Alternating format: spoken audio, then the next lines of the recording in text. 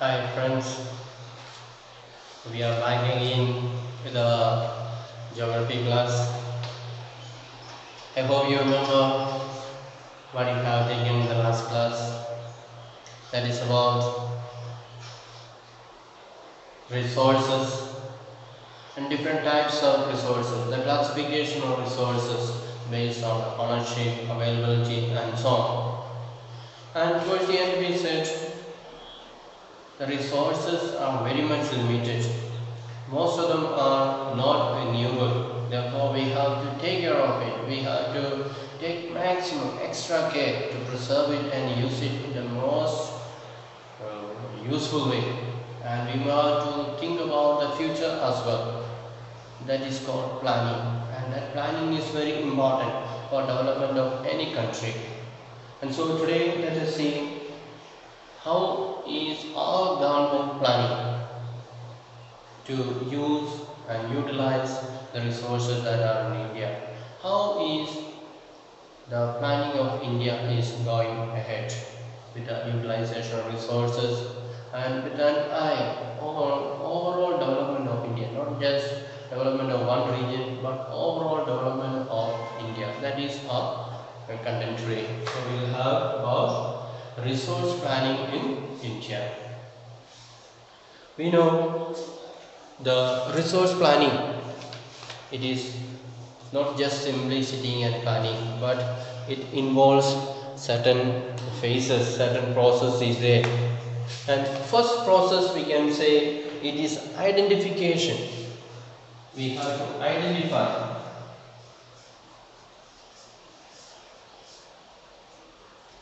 We have to identify how much resources that we have, and we have to make an inventory. We have to find out what is the quality of it, how deep it is, what will be expense of taking it out. All that we have to plan on first. That is the first step of planning. We have to identify the area or the amount, the quality, quantity of these resources. So how will you do it? We have to make survey, or we have to make the map, or we have to make the quality or quantitative estimation and so on. So once we have identified, then comes the second stage. What is the second stage? That is evolving a planning structure endowed with appropriate technology. So the resources are not just kept on top of the ground just to go and pick it up. That is not. It is very often under deep earth. So we need proper technology to extract that resources. For that we need proper technology.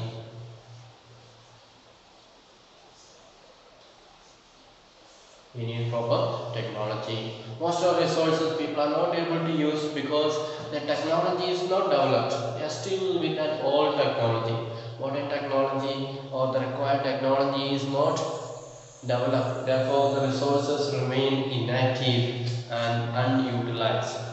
And so, if you want have that proper utilization, then we have to make sure that there is proper technology. Then comes the next stage, that is matching the resource development plans with overall national development plans. So once we are development, we have to think about the development plan. So what is after getting these resources, how are we going to make use of it? Are we going to develop just one corner, or are we going to use it for national development of the entire country? That is also a priority. So since resource is found from one place, we should not say it should be used only for that place, it should be used only for the development of that area. That is not the correct one. We have to use it for, we should have a plan for the at the national level. Then only we can say our plan for this resource is complete or full. Then the availability of resources is a necessary condition for the development of any region. So if you want to develop any region, what we need to do? we need to have that resources be available there. If a region where there is no resources at all, then it is impossible to think about developing that region. So we need to have the resources, the stock of resources there, then only we can develop. And if one place has got a lot of resources but this technology is not there, then again it is useless. It is continues to remain there inactive and unused, and it does not help the development of the people. So again that is useless. So we need to have the resources, then we need to have the technology, then it will come and it will cause a lot of development. And there are many regions in our country that are rich in resources, but these are included in economically backward regions. So, for example, in our own country, we can say there are some regions which is very rich in resources. Lot of resources are there. Lot of resources are identified, but that region remain very poor. Can you say the reason? Because no technology. No technology has been developed, no technology has been found out in order to extract these identified resources. It continues to remain there. Therefore, it is useless, we can say, for the present time till a technology is found out or developed. That becomes inactive and it is not developed. That is why most of the regions in our country is remaining very poor. We have a lot of resources, but we are not able to make use of it because of lack of technology. Then, on the contrary, there are some regions which have very poor resource, but they are economically developed. On the other hand, there are some regions in India, they have very little resources. They are very poor in resources, but they have economically they have become rich. What is the reason? Though they have very little resources are there, they have identified it, they have developed the technology, and they have extracted it and they have used it. So it is better to have little technology, little resource, but have better technology, then we can make use what we have. But if we have plenty of resources but not technology, then it is same as not having at all. So it is technology is very important. Otherwise, you may have plenty of resources, but it remains useless. So we need to have a proper developed technology to put into use these identified resources. Then economic growth will be faster and faster. Then, if you take the case of India, we know few years ago, 75 years ago, India was under the rule of British. And those people, British, they were ruling India for over 150 years. Indians were under their control.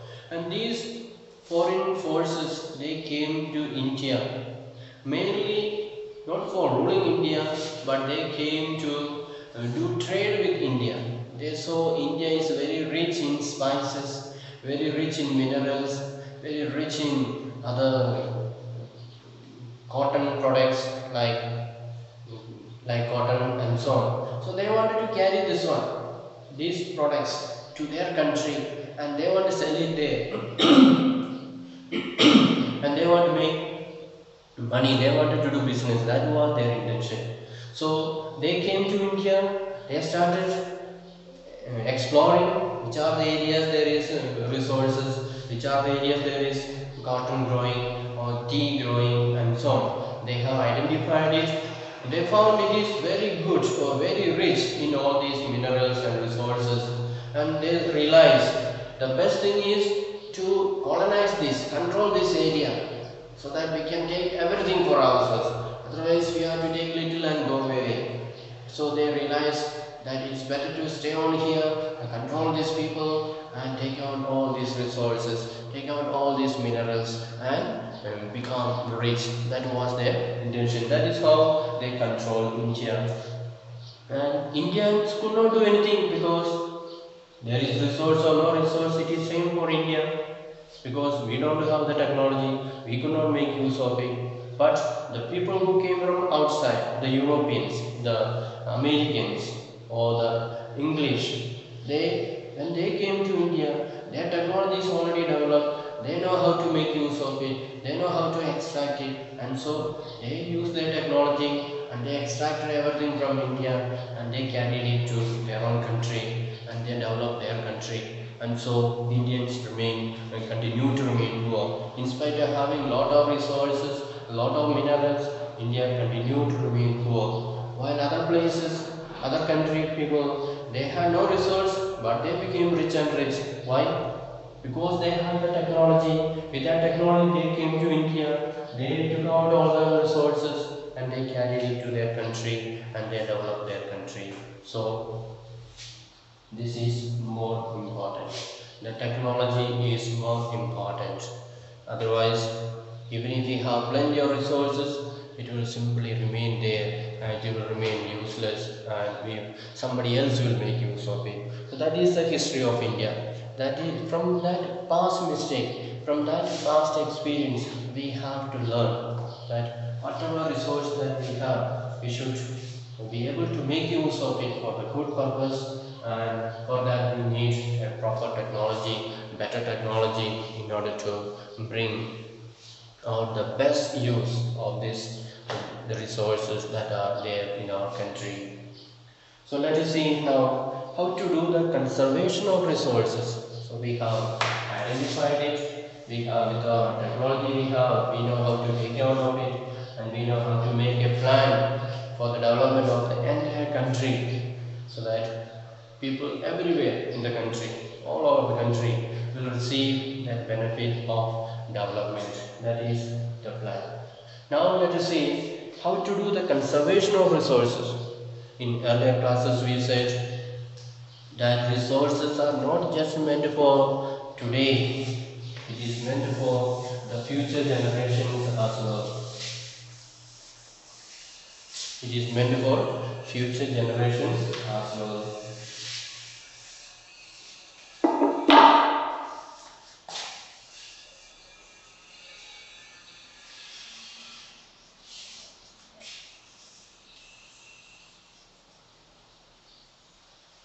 The conservation of resources. So conserve means preserve it for a future purpose, for a future use.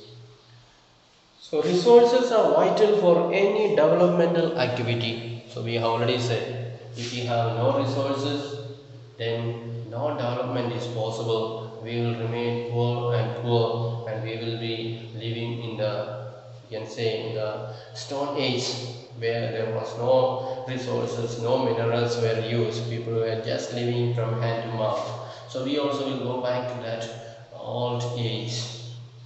So, but in this modern age, we think about becoming a developed nation. We think about developing our talents, our qualities, our facilities, our comforts, and so on. For all that, we need a lot of resources.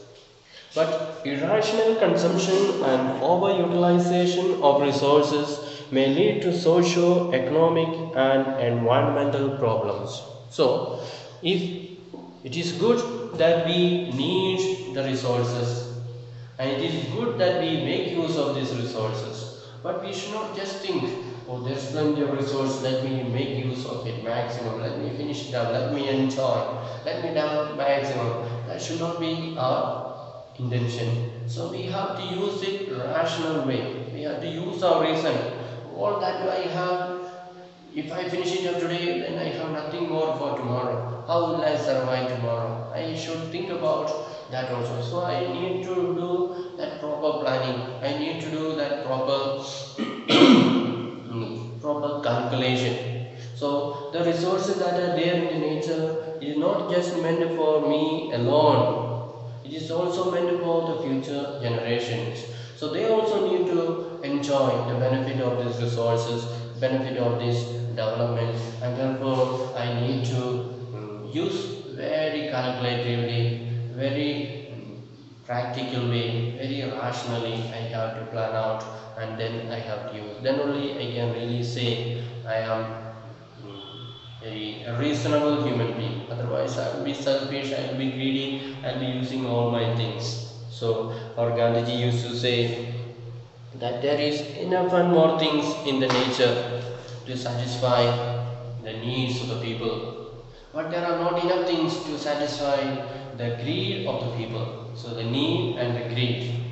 What is needed for a person, essential things that is there in the nature, God has provided for us. But because some people are greedy, they go and take more than what they require and they accumulate it, and others do not get it. That is greediness. So that should not happen in our case. We should satisfy our needs, not our greediness. And so we need to do that proper planning, we need to do that proper conservation, and then the future generations as well will be able to develop the society further, develop the society further, and enjoy the benefits of these resources and the development as a whole. Now let's see some of the resources. The first and the most important resource is land resource. We know how important land it is. Most of the resources we receive from the land. And if there is no land, we cannot think about how we will survive. We cannot think about where we will live, where we will make our house, where we will cultivate, where we will stand, where we will sit. Nothing will be possible. So the land is one of the most important resources that is there in front of us, and it all depends how we make use of it, how we benefit from it by proper utilization of this land.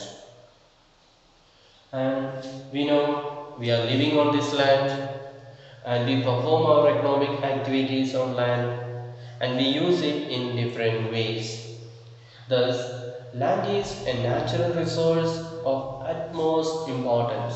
So, land is a resource that is of utmost important. Without land, we cannot even live. Birds means at least they can fly in the air for some time, but human beings, if we have no land, where will we stay? We have nowhere to stay. So, the land is so important for us.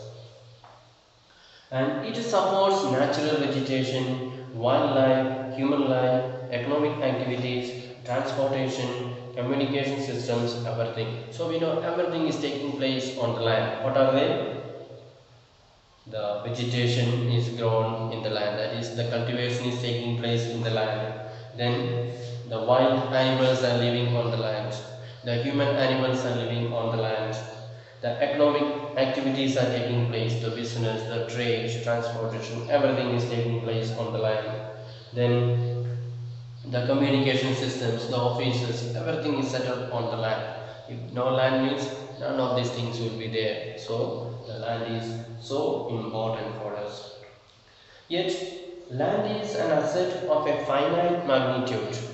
Therefore, it is important to use the available land for various purposes with careful planning. So, the land is so important and so much of land is there, but the nature of the land is finite, not infinite. Finite means which can come to an end or which can be destroyed, not infinite. Opposite of infinite is finite. So land is finite. So if you are not making use of it properly, if you are not taking care of it properly, then this land can be destroyed, or this land can turn out to be useless, and it will be improper, or it will be impossible to have life on this earth if you misuse it, if you don't take care of it. So it is very important to take care of this land. You can see in your picture the land is marked. Three colors are there, and the blue is more. 43% of blue is there, that is plain area. So on the earth the plain area is more, it is 43%.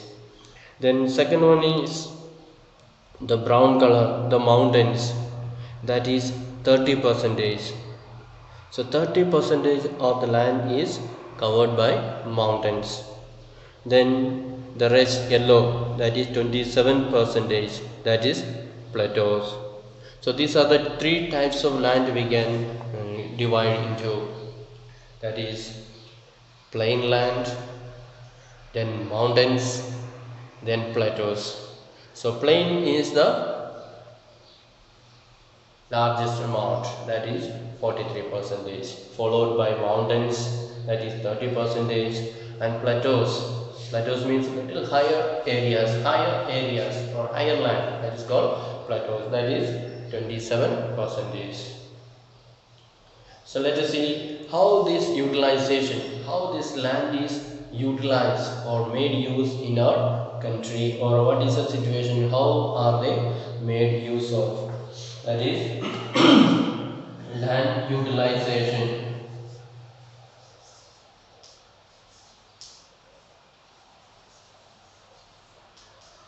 Land utilization means using, how the land is put to use. So we already said that the land can be divided into three categories: plain area, mountain area, and plateau area.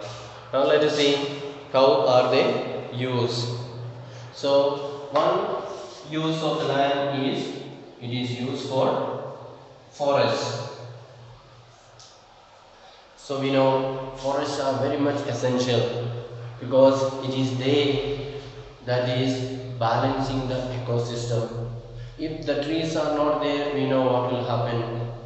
The carbon dioxide increases and the earth becomes warmer and warmer and the life becomes impossible on this earth. So it is the trees or the forest that is the best friend, the best benefactor we can say for the survival of life on this planet. Therefore, we need to give utmost importance to the forest land. We should not think about reducing the forest. Instead, we must think about increasing the forest so that the life will become more and more comfortable, more and more stable on this earth. Then second purpose of the land is for cultivation.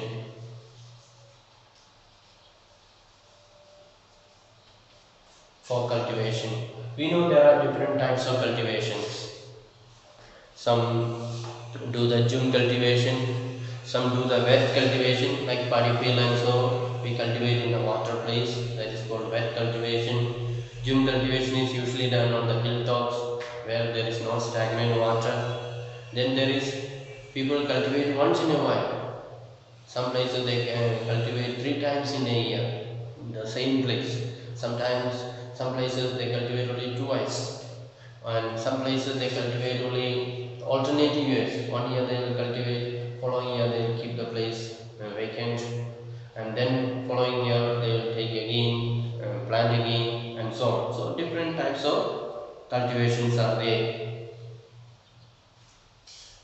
Then another one is, some area is not useful at all for cultivation. Land that is not used for cultivation, that is like a barren land, wasteland. So some area we know is not at all good for cultivation.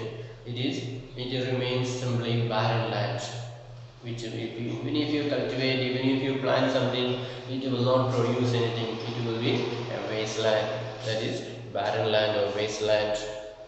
Then land put non-agricultural uses.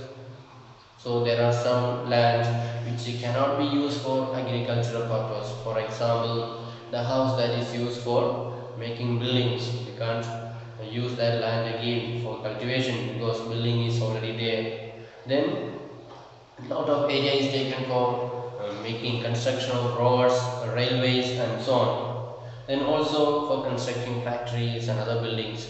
So a lot of area is used for construction. So that place cannot be considered as a land used for cultivation, that is not used for cultivation.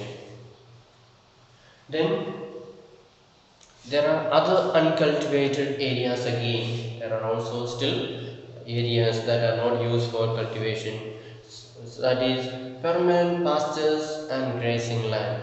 So some area is kept for pasture land. That is for to feed the domestic animals. People who have got plenty of cows and sheep and so on, they need lot of area where grass is growing, so that their domestic animal can go and eat grass there. So this area is kept there for feeding that animal. So that area will be always covered with grass. That will be never used for cultivation. Then land under miscellaneous tree crops. So some area is used for tree crops. The trees are planted there permanently. That trees will survive for many years, 10 years, 15 years, 20 years and so on. And we pluck fruits from them. So that is permanently, that trees are occupying that area. We cannot cultivate anything there. That tree will continue to remain for years. Then cultivable wasteland, that is left uncultivated for more than 5 agricultural years.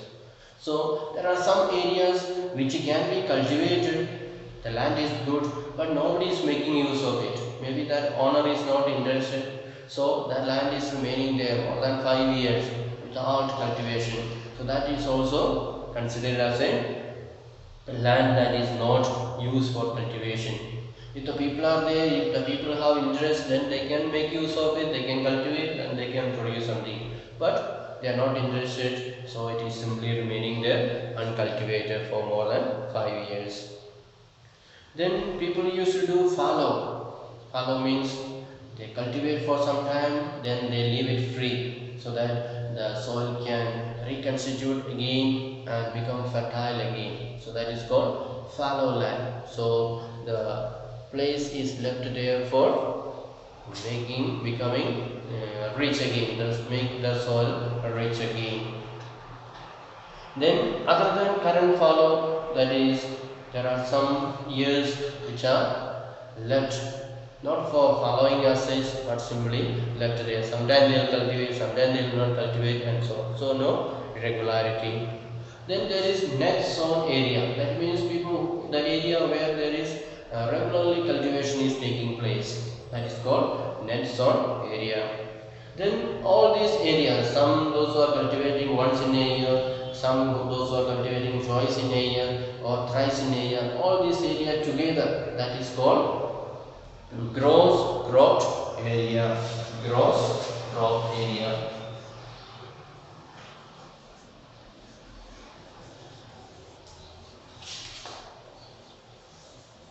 So gross cropped area, that means the total area that is used for cultivation, that is called gross cropped area.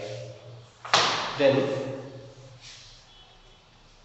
so I hope you understood about the land situation in India. The land is mainly divided into 3 groups. We can say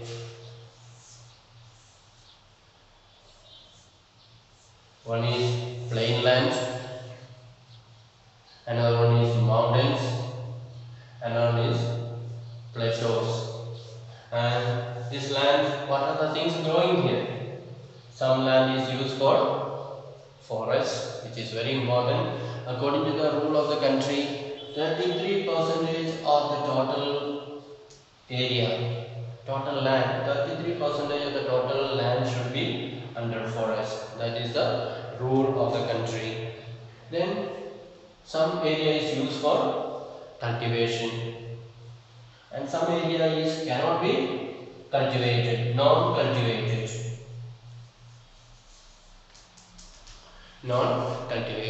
So some are under forest, some are under cultivation, some are under non-cultivation.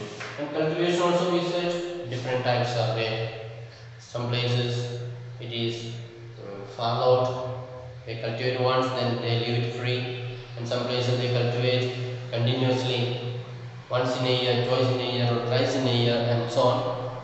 Then some places It is buildings, roads, factories, houses. They cannot cultivate anything there. So that way the land in India is occupied in this way. Now let's see how the land use pattern is in India.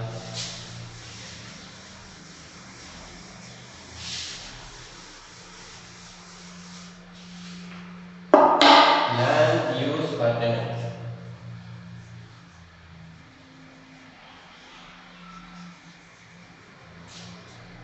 Land use pattern in India. So the use of land is determined both by physical factors such as topography, climate, soil types, as well as human factors such as population, density, technology, capability, and cultural and traditions, etc. So how we are able to make use of this land in India? It all depends on physical factors such as topography. So how the top of the soil depends on. If it is a rock, then we don't make use of it for cultivation. So if the soil is what type of soil? Is it a fertile soil or is it wet soil? So it all depends on the topography, the top of the soil. Then the climate, what kind of climate is there? Is it getting sufficient rain there, or is it a dry climate, or is it cold climate? So according to the climate, different types of plants will grow. If it is very hot, very cold, then we know so many things cannot grow there. If it is very hot there, we know many things cannot grow there. So it all depends on the climate of that area. The people or the farmers decide what to plant there and what to cultivate there. Then again, some of the factors like human factors, it depends on how efficient are the people, how efficient are the farmers, their technology, their health, their willingness, all that. So if the human beings are not very hardworking, or if they are not much interested in this cultivation, then the land will simply remain there. And then again, the population density, suppose the people are more, population is very high there, then they may slowly stop this cultivation. They may start making houses there in order to accommodate the population there. Then the technology, if the technology is developed, they will be using tractors, tillers, and the modern machines for cultivation. Otherwise they will be still using the plow. To plow the field, they will be using the bullocks or buffaloes, and slowly their work will be progressing. And so it all depends on the people's ability, the people's interest, or the technology development, all that. So it all depends on that. So the total geographical area of India is 3.28 million square kilometer. That is the total geographical area of India. Land use data, however, is available only for 93% of the total geographical area. So, all these 100% we don't have the data or idea how the land is put to use. We have only information about 93%, and the rest 7% we don't know how the people are using that land, because we are not able to do the survey, especially the places like northeastern states except Assam, then Jammu and Kashmir. So some of the northeastern states and in Jammu and Kashmir, the government has no idea or no information how the land is made use. That is why we are having knowledge only about 93% of the land, how it is made use. But the rest 7% we are not able to know, because of this difficult terrain. Maybe northeast people are not able to come and make the survey about the land situation, or in Jammu and Kashmir, because of the presence of Pakistan, the Pakistan has occupied the Kashmir. Because of all this, we are not able to get the proper knowledge about how the land is put to use. So that may be the problem that we are facing, or this and the government is facing. Then we can see again the picture is there, the diagram is there, how the land is made use, how much is cultivable land, how much is fallow ground, or how much is the current follow, how much is the net zone area, all that. So the diagram we can look at it nicely and understand more better. Then the land under permanent pasture has also decreased. So we said some land is kept for permanent pasture to feed the domestic animals, but that also is becoming smaller and smaller because people are not interested in growing animals, and because of the population density, and they want more and more place to accommodate the people, to make houses or to build factories and so on. So people are reducing the land or cultivable land or pastoral land for other purposes. And what are the consequences of it? So if you make use the cultivable land for some other purpose, what will be the consequences? That will be something very serious. And most of the other than the current fallow land are either of poor quality or cost of cultivation is such land is very high. So most of the places where the land is left for cultivation, that is very poor land, not very fertile land. So even if the farmers work very hard, the production is very less, and so the cost of farming is higher than the profit or the harvest that they get. Therefore farmers are unwilling to work in the field because they know at the end of the year what they get is very less, and all their hard work, everything is wasted, or it is not, and they are not given enough rewards. So because of that, the cultivation land is made use for some other purpose. So hence these lands are cultivated once or twice in about 2 or 3 years, and if these are included in the net zone area, then the percentage of net zone area, that is NSA in India, comes to about 54% of the total reporting area. So at present we say we have net zone area only 45.26 percentage. But if you include this poor land, this land with the less quality, if you make use of it, which is cultivated only once in 5 years, once in 3 years, and so on, if you include that also, then the net zone area is increasing. So it will be increasing, the area is increasing, but that is cultivated only very rarely, and the production also is very less. Then the forest area in our country is far lower than the desired 33% of the geographical area. So as I said already, the forest area also is becoming shorter and shorter. Then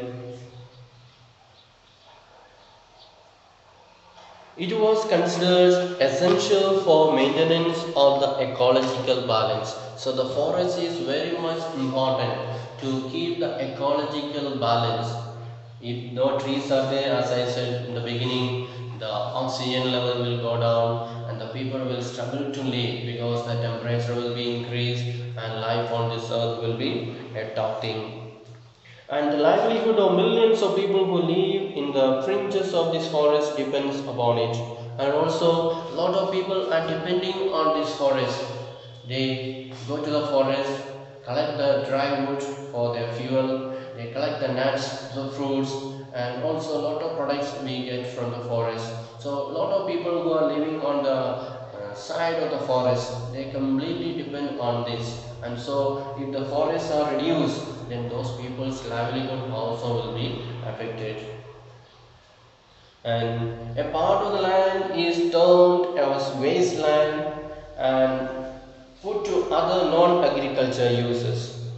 And wasteland includes rocky, arid and desert areas, and land put to other non-agricultural uses include settlements, roads, railways, industry, etc. So we said wasteland, the land that cannot be used for cultivation, maybe the rocky ground or maybe the dry land or like a desert land. those places cannot be used for cultivation. So those areas are used for other purposes like building roads, railways, industries and so on. So it is used for other developmental purpose because agriculture there is not profitable or it is not successful. And continuous use of land over a long period of time without taking appropriate measures to conserve and manage it has resulted in land degradation. So that's why people give fallow land, make it fallow. They cultivate few years, then for 1 or 2 years they leave it free so that this soil can reconstruct itself and become fertile again and then able to regain the qualities. So that is the importance of giving the fallow land. But if we continuously go on using, then the fertility of soil comes lower and lower and the production becomes less and less. So that should not happen. That's why the proper advice is required to the farmers that they should give the rest to the land. They should not continuously use, continuously cultivate. They should give certain time for rest or following it. So today let us wind up, and I hope you have understood about the importance of land.